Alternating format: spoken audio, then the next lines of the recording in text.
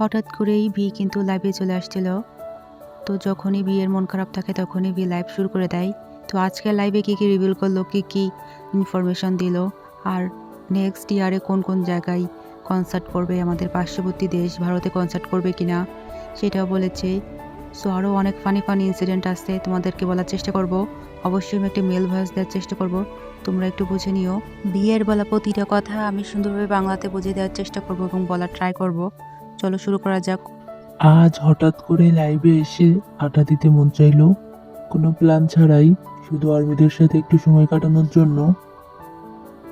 মুখ দেখানোর একটু দ্বিধা আছে, লজ্জা লাগছে, তবু এই ছোট্ট মুহূর্তটা তোমাদের সাথে ভাগ করে নিতে চাই। আমি মুখ দেখাতে পারছি না কারণ ক্যামেরা অন করলে ঠিকমতো কথা বলতে পারি না, একটু অকওয়ার্ড লাগে। আরেকটা কারণ হলো ক্রিসমাস ইভা থেকে দাড়ি শেভ করা হয়নি। না, আমি কাপড় পরে আছি। আমি ভাবছি জন্মদিনে কি লাইভ করব, এভাবে বাসায় করব নাকি বাইরে কোথাও গিয়ে করব। হ্যাঁ, জন্মদিনে তো সিউড স্যুপ খেতেই হবে। আমি যদি একটু দেখাই তাহলে কি তোমাদের মনটা একটু ভালো হবে?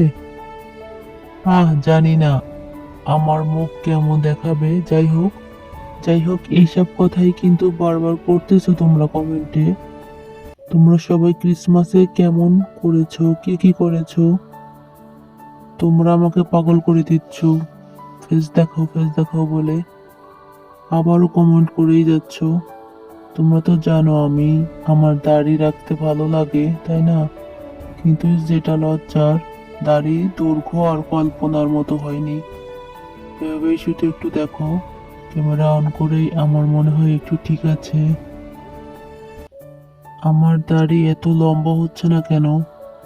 খিদে পেয়েছে, কিছু খেতে ইচ্ছে করছে।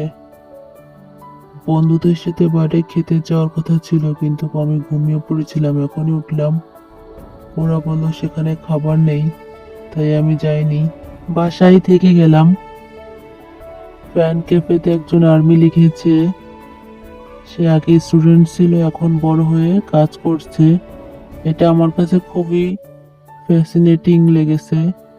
তখন বুঝলাম, আহা, কত সময় সত্যি পেরিয়ে গেছে। আমি কি তোমার জন্য একটা চার্জার কিনে দেব?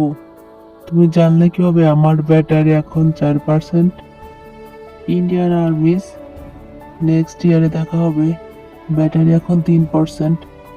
খাবার অর্ডার করতেই হবে এখন, তাই আমি যাচ্ছি, আমার খুব ক্ষুধা লেগেছে। আমি বোর হয়ে এসেছিলাম লাইভে, কাল যদি আবার বোর হই আবার আসবো। যখনই বোর হব তখনই আসবো, আমরা একসাথে আড্ডা দেব।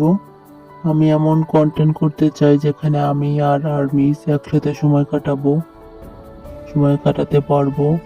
I miss you very much armies, bye. বিয়ের করা পরবর্তী লাইভগুলো তোমরা এইরকম ডাবিং এক্সপ্লেনেশন চাও কি না অবশ্যই জানিও, তাহলে আমি চেষ্টা করব পরবর্তী লাইভগুলো যত দ্রুত সম্ভব আমি ডাবিং করে দেওয়ার।